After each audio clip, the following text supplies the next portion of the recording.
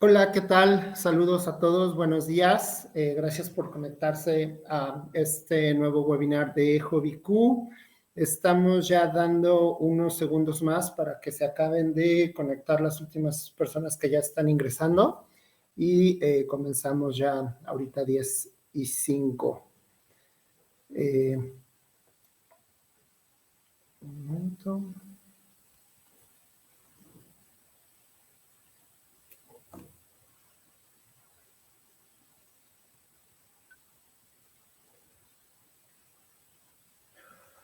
Ok, perfecto. Bueno, nuevamente bienvenidos, bienvenidas a este nuevo webinar de HobbyQ, diseñar con normas, fundamentos para una manufactura electrónica confiable.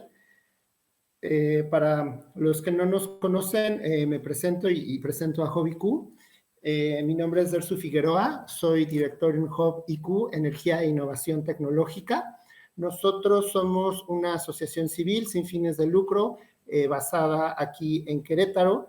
Nuestra misión es promover la transición energética, la adopción de las energías renovables, la eficiencia energética y la movilidad sostenible, todo con el propósito de contribuir a la descarbonización de todos los sectores económicos en el país y en la región especialmente.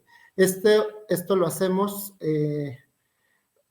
principalmente a través de la promoción del desarrollo tecnológico y a través de promover el desarrollo de habilidades técnicas y de innovación en el ecosistema de Querétaro.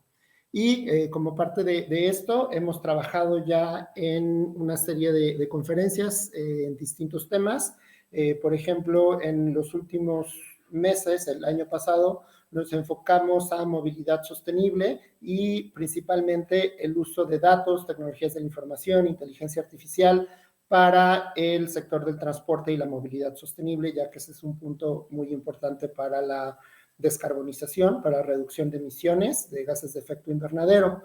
Actualmente, este año, estamos comenzando con este webinar a trabajar en la temática de la electrónica, del diseño electrónico y de la innovación en este sector. Esto es porque consideramos que es una habilidad y es una temática transversal en varios sectores económicos, en el desarrollo de las tecnologías renovables, la electromovilidad, la manufactura de electrónicos, aeronáutica, dispositivos médicos y de muchos otros tipos, la automatización y digo, muchas áreas del sector energético. Es por eso que estamos comenzando con este webinar y además estamos desarrollando una propuesta de un diplomado enfocado a la electrónica, al diseño de electrónica. Entonces ya les estaremos compartiendo más información al respecto. Sé que ahorita tenemos conectados a varias personas de centros de investigación, universidades, profesionistas y empresas. Si tienen un particular interés en este diplomado, en contribuir ahorita que todavía se está gestando el proyecto como tal, agradecería que me contactaran. Ahorita se les van a compartir mis contactos y también los tienen por los correos de confirmación. Y bueno, ya sin más, paso a presentar a los ponentes, a los conferencistas del día de hoy. Tenemos en primer lugar a André Laverde Gutiérrez. Un momento. Él es ingeniero electrónico con maestría en ingeniería industrial y cuenta con más de 20 años de experiencia en diseño de tarjetas electrónicas y procesos de manufactura.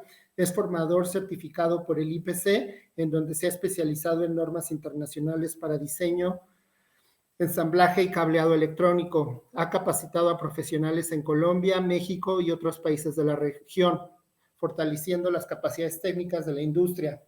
Es fundador de Aldelta Technologies, una empresa dedicada a soluciones técnicas y formación en manufactura electrónica. Esta empresa tiene presencia tanto aquí en México como en Colombia. Además, es docente universitario en Colombia. Además, contaremos con el comentario especializado al final de la ponencia de Héctor Rodríguez Andrade. Él es ingeniero en automatización con especialidad en mecatrónica por la Universidad Autónoma de Querétaro. Actualmente es ingeniero en desarrollo de hardware en Licore. Se especializa en diseño de electrónica de potencia, participando en proyectos con convertidores de corriente alterna, corriente directa, usando tecnología silicio-carbono, gemelos digitales y control de sistemas de potencia. Entonces, pues comenzamos con André. Muchas gracias, bienvenido y adelante. Muchas gracias a todos, gracias Dersu, gracias pues al equipo de trabajo de HubIQ y también al equipo de Licor y a Héctor. Para mí es un gusto pues estar acá y poder compartir un poquito acerca de pues el diseño con normas y cómo de pronto lograr un diseño y una manufactura confiable. La agenda, digamos, de esta presentación es pues primero hablar un poquito de la manufactura electrónica, las normas IPC y cómo estas normas IPC pues nos pueden ayudar a hacer una manufactura pues en la que podamos confiar. Entonces, pues digamos que está muy claro que México es un país manufacturador y pues un proceso de manufactura idealmente pues debe comenzar con una solicitud de un cliente en cuanto a volúmenes, requerimientos, el diseño, digamos, de una tarjeta, de un producto electrónico, la planeación de cómo se hace ese diseño pensando en la manufactura, pensando en el ensamble, en las pruebas, la consecución o fabricación de los PCBs, de las placas, el ensamble, como tal, ensamble automatizado pick and place, las pruebas y la entrega de ese producto a satisfacción del cliente. Muchas veces, digamos, pasa que en México se hace pues una parte del diseño o simplemente ya los manufacturadores reciben ya eh, la solicitud para que directamente pues se entre a hacer la fabricación, el ensamble, digamos desde aquí pues hacia adelante. Y esto implica pues digamos unas etapas de diseño en las que se utilizan las normas IPC, en las que se tiene documentación electrónica o física que se transfiere, en las que se trabaja con sistemas CAD y sistemas CAM, pues para poder preparar ese diseño y esos archivos de diseño para enviarlos a la manufactura y pues ahí empiezan a aparecer unas normas IPC. Ya, digamos, desde el punto de vista de la fabricación de la tarjeta, pues también hay normas y hay procesos que tienen que ver con el alistamiento, el almacenamiento del laminado del FR4, los químicos para hacer el proceso, entonces limpieza de las tarjetas, taladrado, metalizaciones químicas, procesos de limpieza, prensado cuando es multicapa, metalización externa y colocación de máscara y de screen, limpieza y por supuesto la parte de las pruebas al final. Entonces todo esto implica pues una serie de procesos y muy especiales y de uso de normas IPC para esa parte específica de la fabricación del PCB. A continuación viene la parte del ensamble. Entonces, pues también implica procesos de almacenamiento de materiales, de pasta, de componentes, procesos de preparación del stencil, de inventarios, procesos, digamos, de programación de máquinas de pick and place, aplicación de la pasta, pick and place, horno de reflujo, inspección óptica, descarga y también hay varias líneas que, pues en México se tienen varias líneas, digamos, automatizadas, ¿no? Procesos también, digamos, de inspección intermedios de rayos X o de finales y pues por su consiguiente también ensamble después posterior manual y reparación cuando se requiere, cuando se ocupa. Listo, sigamos. Entonces, pues esto implica calibración de equipos, mantenimiento de equipos, disposición de residuos y por supuesto, digamos, dependiendo del proceso y lo complicado que sea la tarjeta, pues puede implicar más procesos de pruebas intermedios en la pasta, en el ensamble antes del horno, en el ensamble después del horno, y control de temperatura, pues para no ir a dañar los componentes, y por último, pruebas. Y esto pues depende de los componentes. Entonces, cuando los componentes son de tecnología de montaje superficial sencilla, pues puede pasar que no sea complicado ensamblarlos, pero a medida que el componente se hace más complejo, que tengamos componentes de más pines tipo QFN o tipo VGA y sus variantes, y que sean más complejos, pues requiere un ensamble más cuidadoso, más preciso, eh, mayor nivel de detalle y también más pruebas intermedias pues para lograr el ensamble de esos PCBs de alto desempeño pues en las cantidades que se requiere, ¿de acuerdo? Y también pues cuidados en cuanto a componentes pasivos para lograr pues una buena manufactura, ¿sí? Y un ensamble pues de calidad, pues así está el estado del arte y mucho más pequeño, entonces significa más refinamiento en el diseño, en la fabricación y en el ensamble. Y esto, pues, dependiendo de los pines, entre más chiquititos sean los pines, entre más juntos estén los pines, pues eso significa más complejidad de la fabricación, más complejidad en el ensamble y más pruebas para asegurar ese ensamble. Entonces, ahí es donde el fabricante pues coloca etapas intermedias de pruebas en el medio del proceso, pueden ser AOI o pueden ser rayos X o pueden ser ICTs para asegurar pues un producto como se espera, ¿no? Con calidad. Entonces, dependiendo del tipo de pruebas, pues se involucra, digamos, el encontrar más defectos y encontrar esos defectos, digamos que para dispositivos complejos, pues significa, digamos, que llegar a lograr pues esa calidad que se espera. Entonces, digamos que entremos ya en materia en cuanto a normas IPC.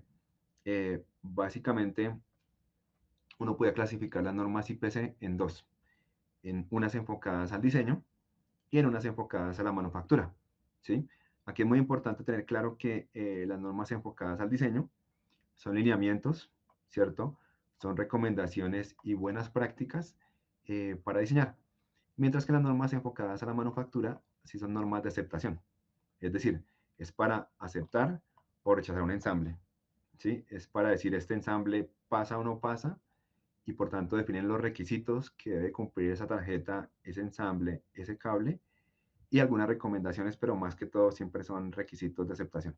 Mientras que las normas no te pueden decir un ensamble pasa o no pasa porque a lo mejor para un dispositivo clase uno, un juguete, un equipo de consumo, eh, puede, digamos, estar entre comillas mal diseñado, pero es aceptado, funciona, que es lo que importa. En cambio, para un dispositivo ya industrial o de alta confiabilidad o el sector espacial, pues es una falla en el diseño, ¿cierto? Pero las normas IPC no son normas, las de diseño, no son normas de desempeño, sino que te ayudan a diseñar mejor, más rápido y más eficiente y más enfocado al cliente. Entonces, digamos que en las normas IPC de diseño, pues tenemos varias, la familia 2220, las normas de documentación para diseño de pads, de footprints, para alta frecuencia, para RF y para alta velocidad.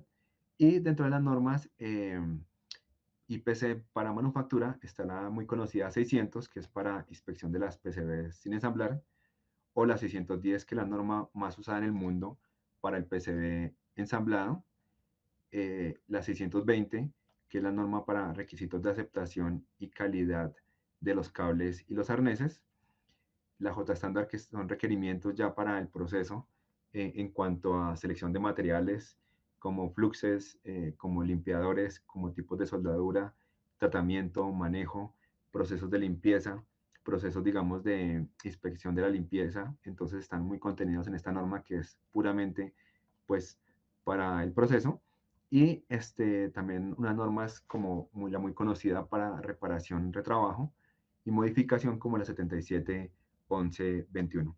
Entonces, digamos que todo esto es una familia de normas muy enfocadas, digamos, desde el principio a fin, enfocadas desde el diseño hacia la fabricación del PCB, hacia los materiales, hacia la aceptación del PCB, hacia la aceptación de los cables, el enclosure y dependiendo de las necesidades, pues puede uno que se puede enfocar en almacenamiento, por ejemplo, para temas de humedad, en materiales, en la solderabilidad, en la reparación o en la alta velocidad, dependiendo de lo que uno necesite.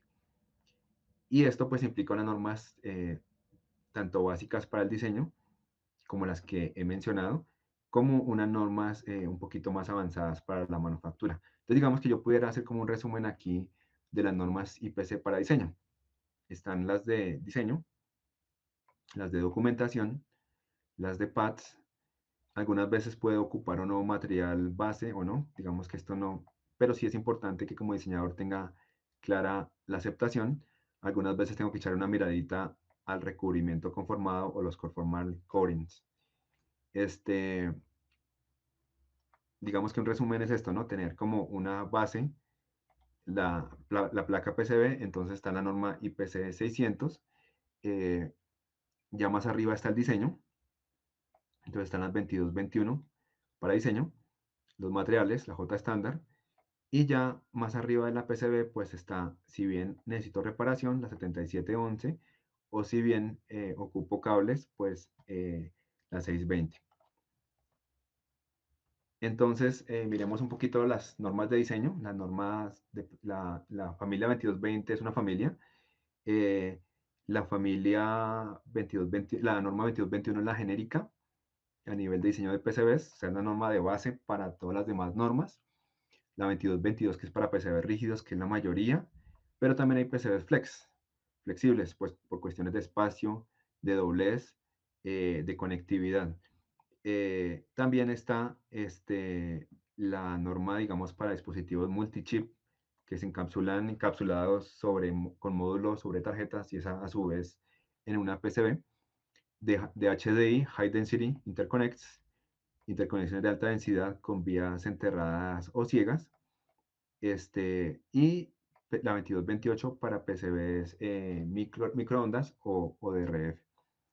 Entonces, específicamente ya hablando de la manufactura, pues están las más conocidas, las 610 y las 620. Y con todas sus normas complementarias, pues para solderabilidad, pruebas de soldado, requisitos de fluxes, de pastas, humedad o temperatura, de lo que vamos a hablar, o la aceptación del PCB como la familia, digamos que ya es complementaria esta familia 6010 con la 600 para la aceptación solamente del PCB.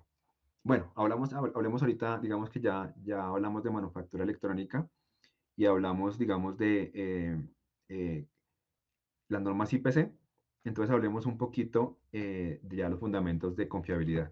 Entonces digamos que esto comienza desde el diseño, ¿sí? Desde los conceptos de diseño, desde las etapas tempranas de diseño, pero también tiene que ver mucho con la fabricación del PCB, su ensamble y sus pruebas, o sea, la parte de manufactura electrónica. Entonces, en el diseño, digamos que es importante tener un buen proceso. Es importante que de entrada, digamos, clasifiquemos el producto, que el cliente, el usuario nos diga qué clase es nuestro producto, ¿sí? Y si no, el fabricante. Porque de acuerdo a la clase, pues nosotros tendremos diferentes lineamientos y recomendaciones de diseño y también la aceptación va a ser más o menos exigente con una clase más avanzada, ¿no? Y se tendrá más o menos cuidado. Entonces, digamos que de entrada es importante la clasificación IPC, que en los documentos de diseño, en los contratos, en toda la documentación esté claro desde el inicio por el cliente qué clase somos, ¿sí? Como herramienta de trabajo, como herramienta de comunicación entre todas las partes. Entonces piensen ustedes, por favor, en este momento, en qué clase son, qué clase es el producto en que están diseñando. Eh, Esto debe clasificarlo nuestro cliente o usuario, entonces es importante esa comunicación con ellos. La mayoría de los productos, digamos, pues son, bueno, en México se produce clase uno, también clase 2, equipos industriales, y también equipos aeronáuticos, aeroespaciales, militares y médicos. Para esto nos ayuda la norma 2231, que nos da las mejores prácticas de diseño para X, ¿sí? Para la excelencia. y nos ayuda con las buenas prácticas de diseño para manufactura, ensamble y pruebas. También es importante el nivel de producibilidad porque es una herramienta de comunicación con el fabricante. Entonces es importante que yo al fabricante también le tenga, mi cliente me ayude para que me tenga claro qué nivel somos, ¿sí? Muchos equipos, digamos, tienen tarjetas de nivel mezclado. Entonces, la tarjeta más compleja que tiene la CPU, los dispositivos más densos, la VGA, el VGA, seguramente será nivel B. Y las tarjetas complementarias, algunas más sencillas que van, por ejemplo, en un vehículo, van en la música o en la tablet, a lo mejor serán nivel 1, ¿sí? En cambio, el control, digamos, de velocidad, el control de frenado, las tarjetas complejas, posiblemente serán nivel A. Entonces, esto significa, pues, más costos. Una buena comunicación es una buena fabricación, eh, y es unos costos controlados que uno sepa que va a manejar. Y viene entonces el tema de todos los diseños para, ¿no? Digamos que es importante que en la etapa de diseño donde yo esté, sepa identificar qué estrategia o qué consideración de diseño para voy a usar, ¿sí? Si yo estoy, por ejemplo, en mi proceso de diseño y estoy comenzando un diseño, pues es importante, voy a adelantarme un poquitito, es importante, si hago el primer prototipo, entonces enfocarme mucho en el diseño para la manufactura, en que yo diseñe para tener una manufactura correcta, confiable, este, al costo razonable. Si ya estoy trabajando en un proyecto en que ya pasamos por la etapa de prototipo y voy a optimizar, aquí optimizo la manufactura y sobre todo optimizo el ensamble. Entonces trabajo mucho en el tema de diseño para manufactura y para ensamble, para hacer el PCB posiblemente más pequeño, si se puede, más barato, para hacer el ensamble más automatizado, no perder tiempos en la pick and place. Pero si ya estoy en un proyecto, digamos, donde a lo mejor me toca ya mejorar un diseño que ya existe, ya voy a diseñar de pronto para el compliance, para el cumplimiento normativo, para pasar los ensayos de compatibilidad electromagnética en laboratorios en México, o para la parte de confiabilidad, donde estoy probando ya la robustez de mi proyecto, ¿no? Entonces, lo primero es importante es saber en qué etapa del diseño estamos, para, de acuerdo a la etapa, saber qué lineamientos, estrategias de diseño debo usar o debo ser más intensivo para tener éxito en esa etapa de diseño. Eh, y desde el punto de vista ya del diseño específico del PCB, eh, digamos que nos debe quedar claro de base que debemos aprender a diseñar correctamente. Diseñar correctamente los PCBs es que, por ejemplo, en las pistas, en los tracks, los caminos, debemos diseñar, digamos, con baja inductancia, ¿sí? Es decir, hacer que las pistas no sean tan largas, hacer que las pistas sean lo más cortas posible y anchas si se puede, si hay espacio disponible, que tengan a su vez baja capacitancia con otras, con vecinas, para que no haya interferencia y que tengan baja resistencia, ¿sí? Si aumenta la resistencia, tenemos pérdidas, sobre todo en DC. ¿Por qué esto? Porque digamos que a una pista en un PCB, entonces le sumamos la inductancia de una vía, le sumamos la inductancia de pads, y todo esto, si la pista es muy larga, entonces va a tener una inductancia parásita. Ese efecto parásito hace que, digamos, para la pista, si hay un cambio en la corriente, entonces multiplicado por su inductancia, vamos a tener un posible voltaje de ruido que vamos a inyectar en una pista vecina, ¿sí? O que vamos a inyectar posiblemente en la tierra si tenemos una tierra compartida entre varias señales. Entonces es importante tener, digamos, en mente ese diseño, digamos, de baja inductancia para las pistas. ¿Y esto qué nos hace? Que si las pistas comparten una tierra, entonces el rebote de tierra, ese impulso que ve la tierra por compartir varias señales y a la vez que presenta una inductancia esa tierra, ¿sí? Se va a sentir una especie de sobresalto o rebote. Y ese rebote, entre más caminos se compartan la Tierra o entre mayor sea la inductancia de los caminos y de la Tierra, pues tendrán un efecto mayor. Y eso causará ruido en la Tierra. Lo mismo que cuando conmutan las señales. Entonces, si yo tengo una conmutación de una señal de alta inductancia, me va a causar cierto ruido, puede ser en la vecina y también en la tierra, ¿sí? Porque lógicamente va a haber un retorno. Entonces, una alta inductancia en ese camino de señal retorno me va a hacer que, por un lado, los campos eléctricos estén desacoplados, ¿sí? Se vayan y dispersen por allá por el lado. Bueno, perdón, eso tiene que ver más con los campos magnéticos.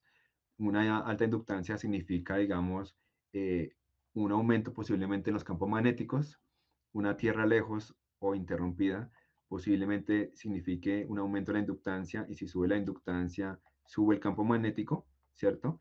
Y es lo que yo no quiero, es lo que yo no quiero. Si ya tengo un vecino al lado y presenta un efecto capacitivo, así puedo tener cierto desacople de campo eléctrico y cierto acople en el vecino.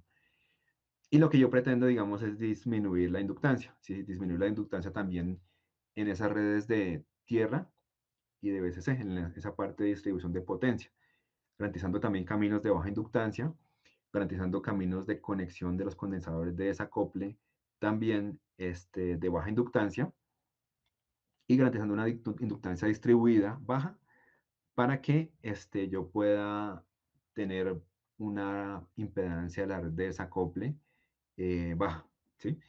¿Y esto qué significa? Que entonces voy a tener poco colapso de VCC. Entonces, si yo tengo baja inductancia en VCC y tierra, y yo estoy jalando corriente, nuevamente esa corriente multiplicada por la inductancia va a generar un colapso en VCC. Mi VCC va a colapsar, va a bajar, ¿sí? Y va a haber también un efecto parecido en la tierra. Entonces, lo que yo quiero es tener un buen acople de campo magnético, es tener en esas redes de power, tener baja inductancia para que, y tener el retorno cerca, para que el acople de campo, la inductancia baje y por tanto el campo magnético disminuya. ¿Sí? Eso es lo que yo quiero.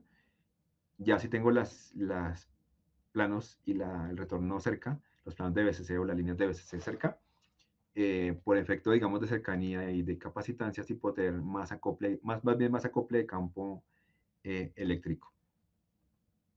Y pues esto es lo que yo quiero para la red de distribución de potencia, ¿no? Que mi circuito integrado funcione ya por allá en alta frecuencia, y no cuando comience a jalar mucha corriente, la impedancia de esta red de entrega de potencia aumente, ¿cierto? Y esto hace que mi circuito no funcione, o que mi circuito presente ruido, solamente por la parte de alimentación, o lo que tiene que ver con lo que ya mismo se llama integridad de potencia. Eh, entonces, digamos que el diseño en últimas fiable sería un diseño de baja inductancia, ¿sí? ¿Para qué? Para tener menos problemas de emisión electromagnética, ¿sí? Y menos problemas de ruido inyectado en otros circuitos. Ya a nivel de diseño, digamos, como tal, de las huellas, de los footprints, tendría que ver con un diseño correcto de huellas, ¿sí? Que me permitan que la soldadura ascienda en un componente de inserción, ¿sí? Que ascienda mínimo al 75%, como dice la norma IPC 610. ¿Para qué? Para que cuando yo tenga calentamiento por temperatura, sencillamente ese estrés se va a la soldadura, ¿cierto? Y luego si yo empujo hacia arriba, se va a la terminal. Entonces el estrés, digamos, que lo mitigue el radio doblez del pin, pero que lo ayude a amortiguar, digamos, la soldadura, ¿sí? Y también que tenga todavía una buena sujeción para aspectos de temperatura, y una buena sujeción mecánica por aspectos de estrés mecánico. Entonces comienza por una buena soldadura, pero también comienza por balancear los pads, ¿no? Los footprints. Y es que yo tenga en cuenta las tolerancias de la fabricación, del ensamble, del componente, para que en el caso extremo esas huellas, esos footprints queden bien soldados, ¿sí? Todavía. Y eso significa que, primero, que el pad tenga el suficiente tamaño para lidiar con todas las tolerancias que acabo de mencionar. Y segundo, que se forme un buen mojado de la soldadura en la parte inferior. Un buen mojado en la parte de abajo es el parámetro G, que es el mojado o humectación o adherencia a la soldadura, y el cual es bien complicado de medir, pero es el parámetro más importante de confiabilidad, ese mojado en la parte superior. ¿Por qué? En la parte inferior, perdón. ¿Por qué? Porque es el 70% en la parte inferior, aquí en el talón, es el 70% de la fuerza del soporte mecánico del componente, más o menos un 15% que está más adelante. Entonces, ese conjunto hace que sí tenga la huella un soporte mecánico y un soporte en la temperatura para sobrevivir y para soportar todo lo que pues un PCB necesita en su campo. Y eso es como un pie humano, ¿no? Pero digamos que aquí lo importante es que se forme ese filete de soldadura, pues uno de los parámetros más importantes y que revisa la norma IPC 610. También lo otro es que pues este filete no se extienda a la parte inferior, porque si se extiende a la parte inferior, entonces tiende a levantar el componente. Y si levanta el componente, entonces por acá se nos cuela un fluido, residuos de la limpieza del flux de la soldadura, y se pueden convertir con el tiempo en problemas de oxidación y de corrosión, lo cual nos impacta nuevamente la confiabilidad de un ensamble. Al final del día, digamos, si quedan ahí residuos y no los podemos limpiar, con el tiempo se pueden convertir en residuos conductivos y corrosivos que pueden llegar a afectar pues el desempeño del PCB en el tiempo. También es importante pues un tamaño de pada correcto, ¿no? Porque me garantiza una robustez en la conexión. Básicamente el nivel A y el nivel B tienen el mismo nivel de robustez, y eso no se prueba en teoría, sino que toca probarlo en la práctica.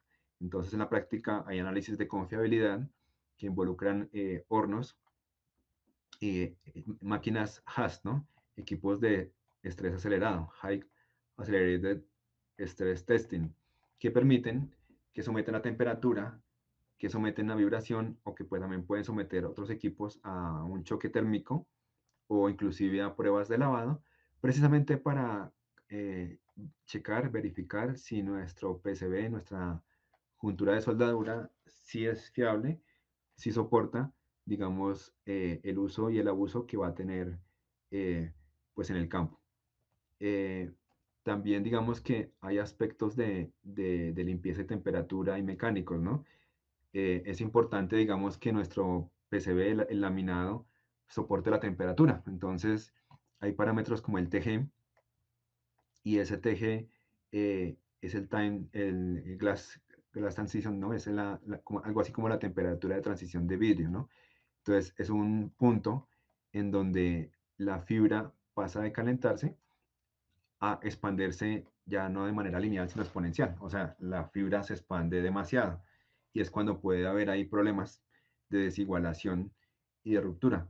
Entonces, es importante, digamos, seleccionar un material que soporte más temperatura. ¿Sí? Normalmente está en 125, pero si uno sabe que su PCB se va a calentar, si se somete a procesos de calentamiento libre de plomo, o si va a soportar temperaturas o ambientes estresantes, pues tiene que, digamos, que escoger una fibra de mejor calidad, que tenga un TG y también que tenga un coeficiente de expansión menor, el CT.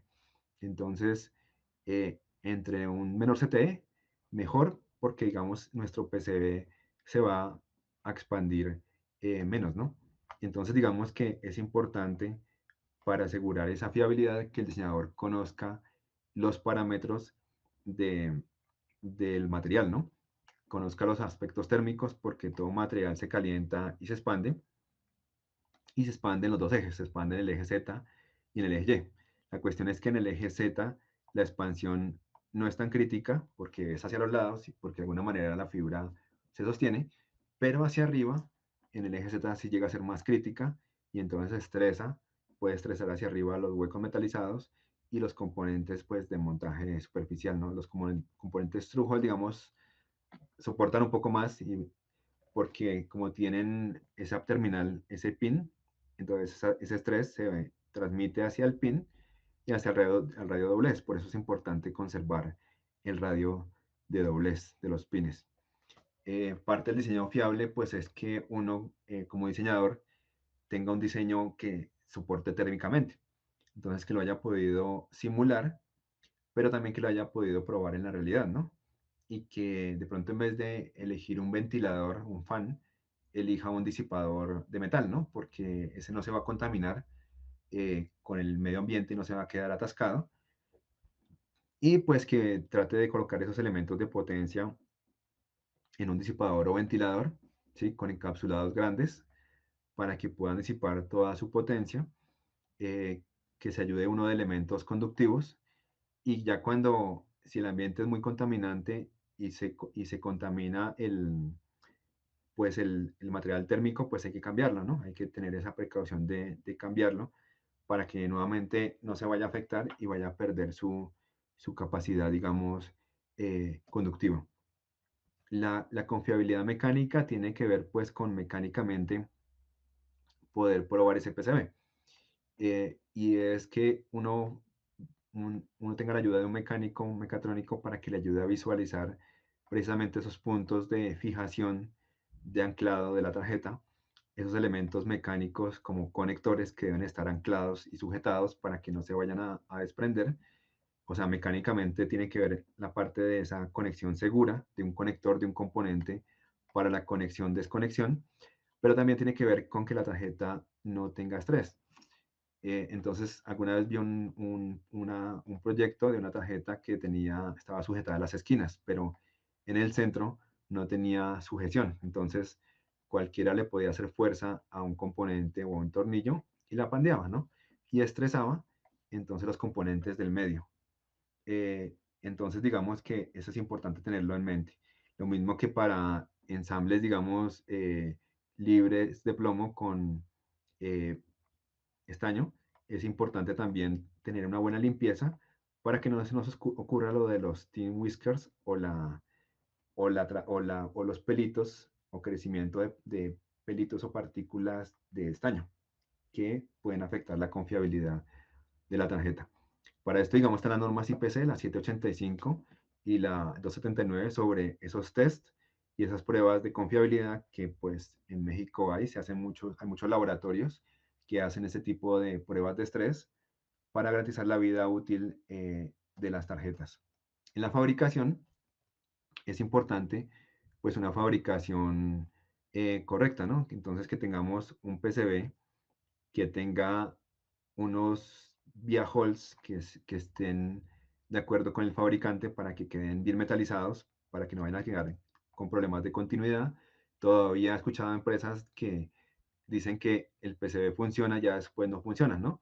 Posiblemente los huecos eh, tienen rugosidades, no quedó un buen metalizado y con el tiempo ese PCB falla, ¿no? Entonces es un aspecto que todavía da batalla, que hay que revisar convenientemente en cuanto a su espesor, a su diámetro y al acabado superficial que le coloquemos a ese hueco.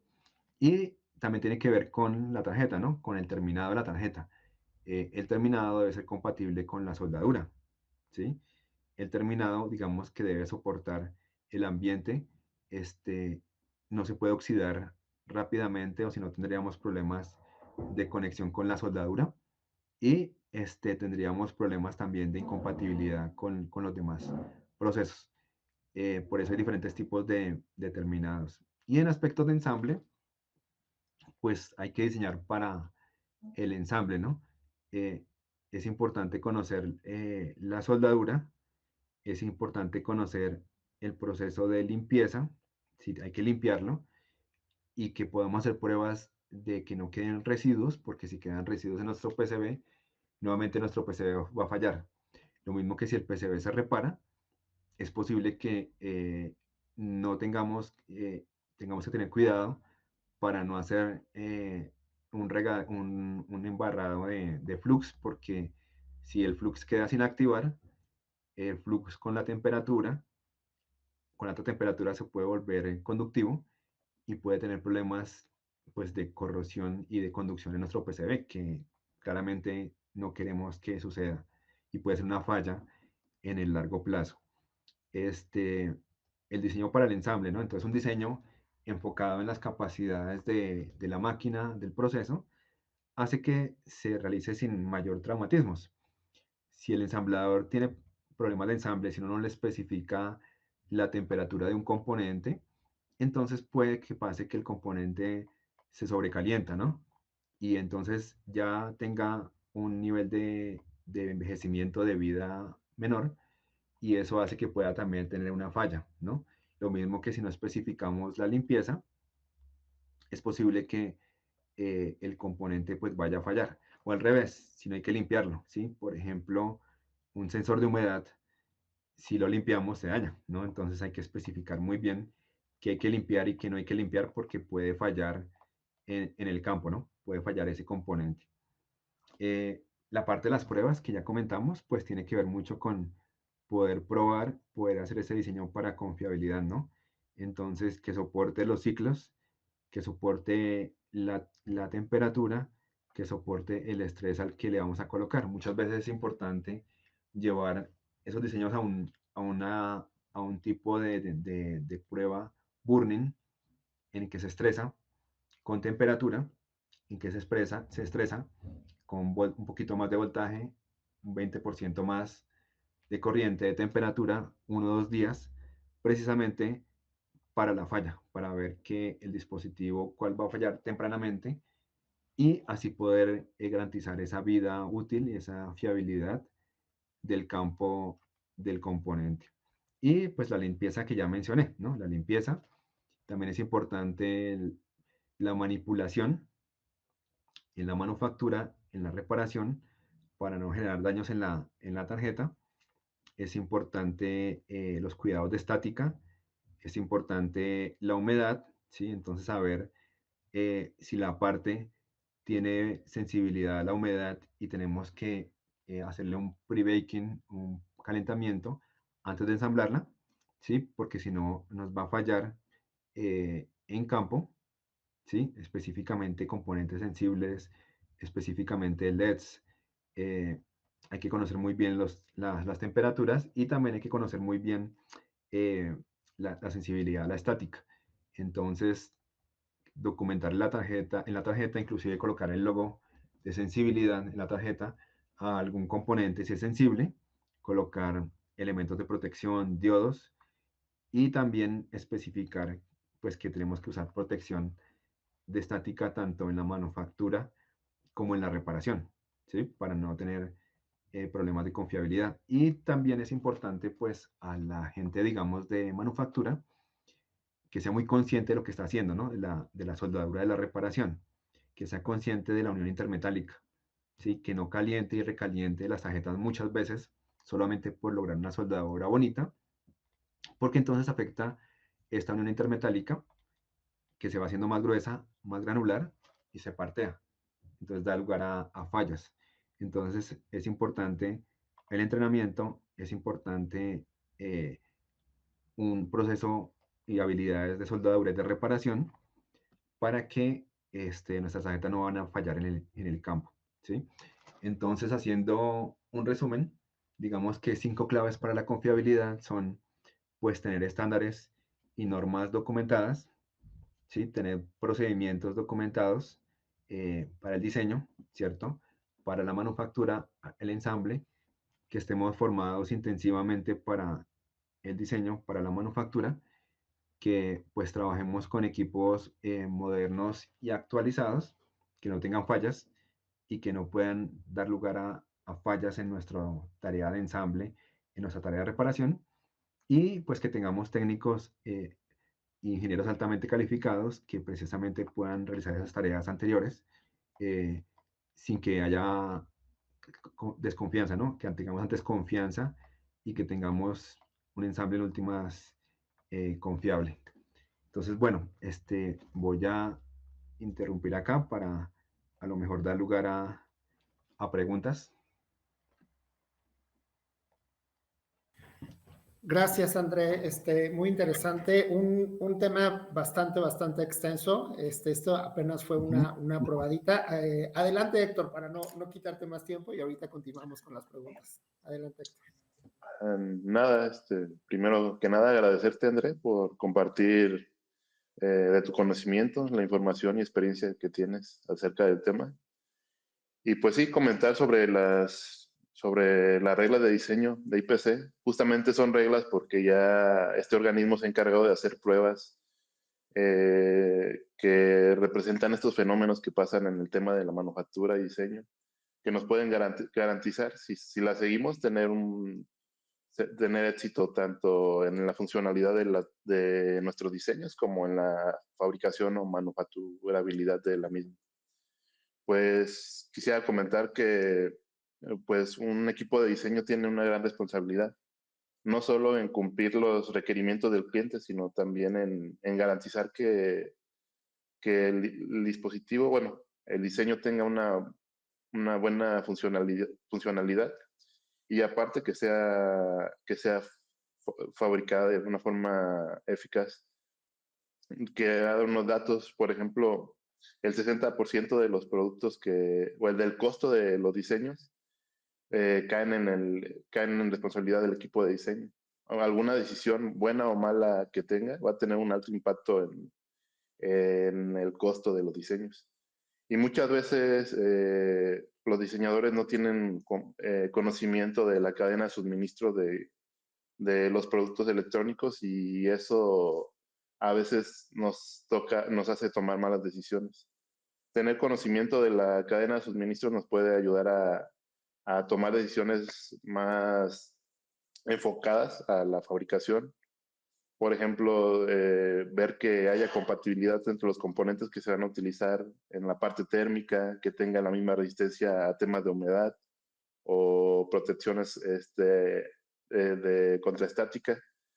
Y esto va a ayudar a que tanto el diseño sea funcional y tenga una buena manufacturabilidad. Ya por último, quisiera mencionar que es importante el conocimiento de estas normas, no tanto para el equipo de diseño, sino también para el manufacturador. Así esto le va a poder dar el conocimiento necesario para poder aportar en decisiones de diseño antes de que se haga la primera corrida de los productos que se van a fabricar.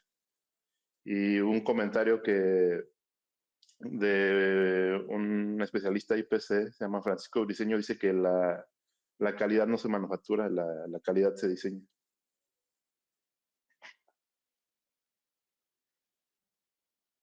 De acuerdo completamente. Sí, muchas gracias, Héctor. Sí, justamente también comentando, ¿no? Héctor aplica este tipo de normas y conocimiento, pues en su trabajo, creo que prácticamente diario, ¿no? En el diseño y en la, pues, resolución de problemas. Y bueno, también en este momento en el que está México y varios países en cuestión de manufactura, pues justamente es importante enfocarse como salió en una de las primeras diapositivas, ¿no? De toda la cadena de valor hacia manufactura, está la parte inicial, ¿no? Del diseño de los componentes y las pruebas. Pues son servicios que cada vez se están haciendo más en los países que están manufacturando y que pues son servicios, no productos y por lo tanto no necesariamente tienen aranceles. Y finalmente, pues entra con las estrategias globales, ¿no? De México y muchos otros países de justamente agregar más valor a sus procesos de puramente manufactura, ¿no? Y, bueno, desarrollar de una manera más completa. Veo que ya hay algunas preguntas respecto a información de sí se trabaja para certificaciones y algunas capacitaciones. Esto los vamos a contactar directamente para los que ya tienen una pregunta o nos pueden hacer llegar sus requerimientos específicos a los contactos que les pasaron en el chat. Puede ser a contacto@hobbyq.mx. Nosotros los contactamos igualmente con André. Y bueno, también tengo aquí una pregunta de Luis Humberto Domínguez. Pregunta sería para André o para Héctor, quien quiera contestar. ¿Hay algunas indicaciones particulares cuando se maneja electrónica de potencia como tiristores? Bueno, sí, Las más importantes serían ver el tema de la parte térmica y la parte de corriente de estos semiconductores. Hay que determinar bien cuál es la corriente que se va a utilizar para el disparo de estos componentes y así bajo normas IPC poder dimensionar el ancho de pistas del PCB y también el gramaje de las mismas. Y en la parte térmica, pues hay que hacer un análisis térmico para poder determinar si se puede disipar el calor de estos componentes localmente en la tarjeta o si es necesario agregar algún disipador, ya sea pasivo o activo. Esas serían algunas de las principales consideraciones. Algunas que No yo sé, podría Andrés. agregar, gracias Héctor, algunas de las que yo podría agregar es, se utiliza mucho en diseños de potencia que el PCB sea de varias onzas, entonces ya no será de 1 onza, sino que podrá ser de 2 onzas o más, ¿sí? Esto también dependiendo si la aplicación soporta el costo, más onzas en la superficie y en las vías, este, también una fibra de vidrio de mejor calidad eh, para que soporte más temperatura, que de pronto tenga un poquito más de disipación en caso de necesidad. Y a lo mejor si también el diseño aparte de que se calienta es pesado, pueda requerir un PCB un poco más grueso para que soporte todo ese peso, grueso en cuanto a la fibra, para que soporte todo ese peso. Si como decía Héctor, pues le pueden colocar vías térmicas localmente.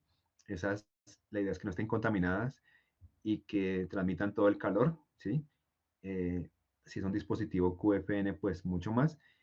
Y básicamente eso, sí, básicamente el apoyo al calentamiento local. Ok, por aquí tenemos otra pregunta de Irving Díaz Díaz. ¿Qué norma IPC aplica para el diseño para manufactura? ¿Dónde podría encontrar más información al respecto? Bueno, Pues sí, Héctor, adelante. Adelante. bueno.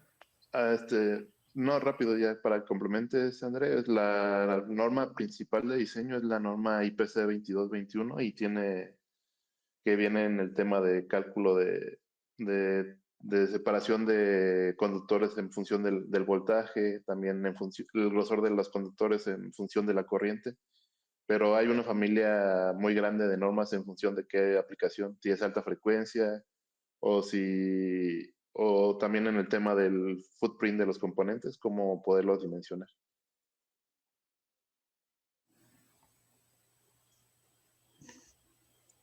También nos ayuda la IPC 2231, ¿no?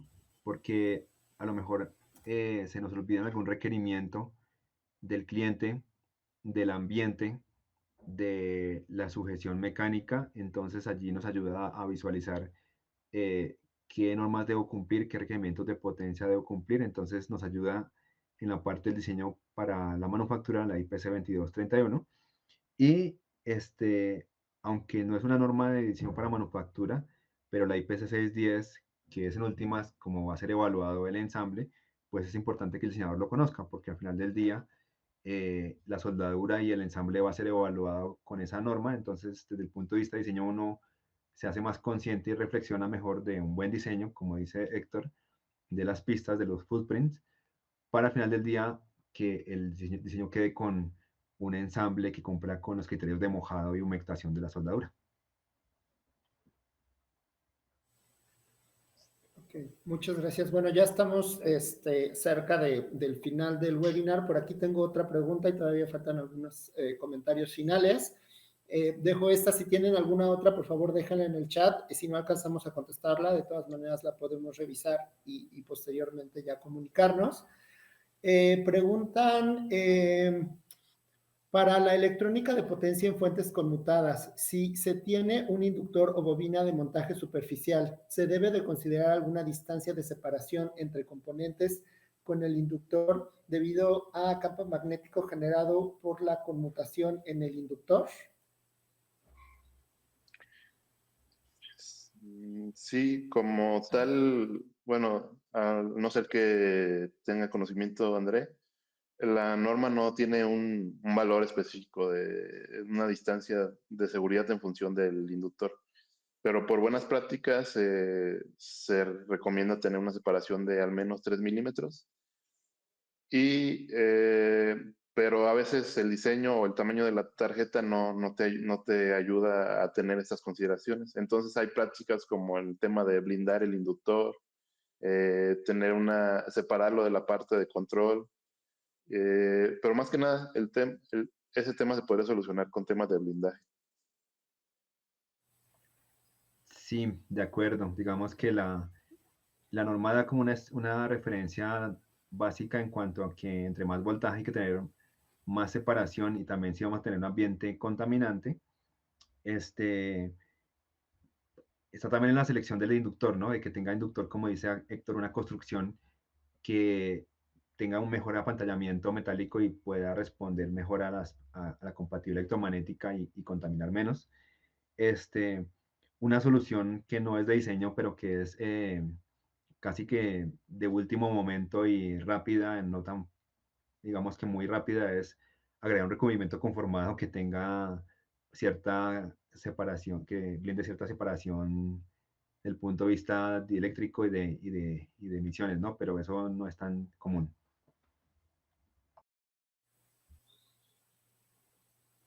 Ok, creo que ya casi para empezar a cerrar. Preguntan si se puede ampliar si las normas IPC referentes a reparación también son certificables.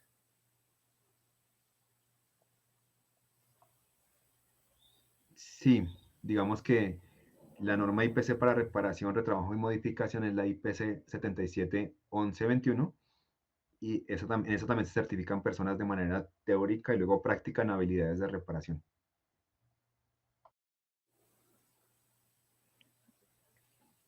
Ok, y bueno, ya esta última, ¿cuáles consideran o cuáles saben que son los países de Latinoamérica que lideran en manufactura de semiconductores?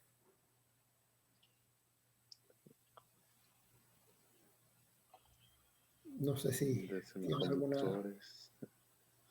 Bueno, ahí está México, digamos que Ah, para mi concepto México puntuando porque tiene como una red de laboratorios de manufactura, unos especializados en una y otra cosa, más o menos son, si no estoy mal, alrededor de unos 10 o 15, y ahora pues con estos temas han impulsado un poco más la creación de esas redes de colaboración entre los laboratorios, están muy abiertos a recibir colaboración externa y también a colaborar con otros países que están entrándole al asunto, como Costa Rica, Colombia y Brasil.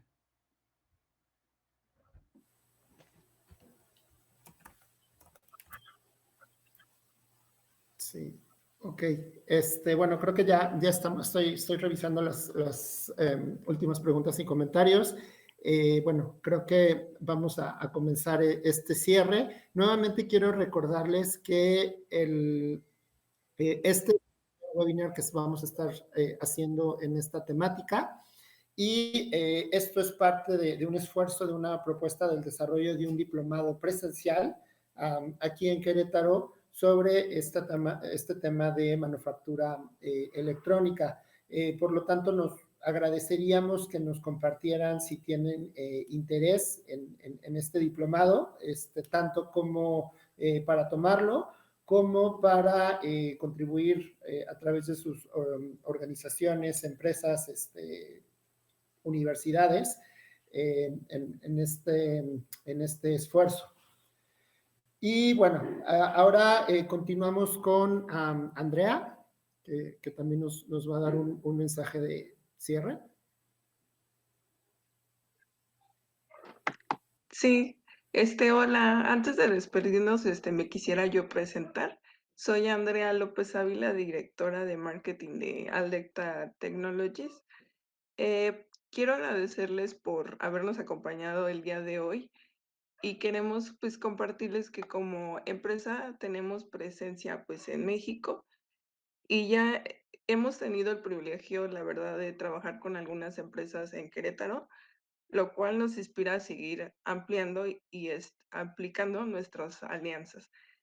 Además, también contamos con un convenio firmado con la UNAM en Juriquilla, lo cual nos respalda que nuestro compromiso con la excelencia y el impulso de la innovación en el sector, fortaleciendo nuestra alianza y el impacto de nuestra iniciativa. Y bueno, pues ya para terminar este webinar, quedo totalmente disponible para lo que necesiten.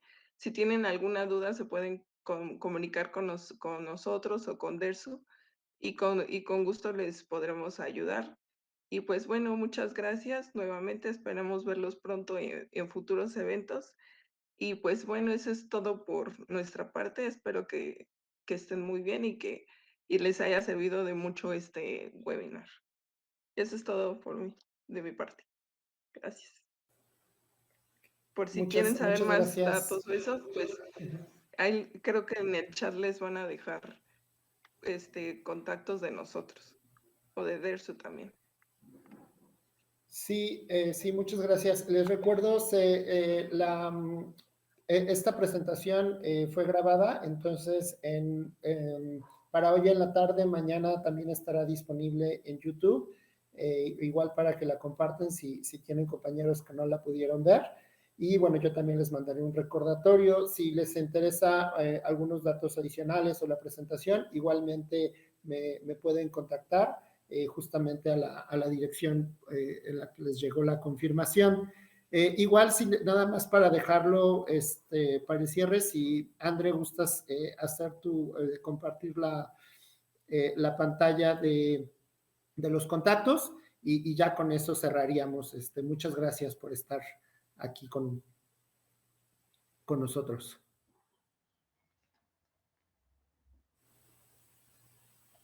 Saludos y buenos días, buenas tardes. Hasta luego.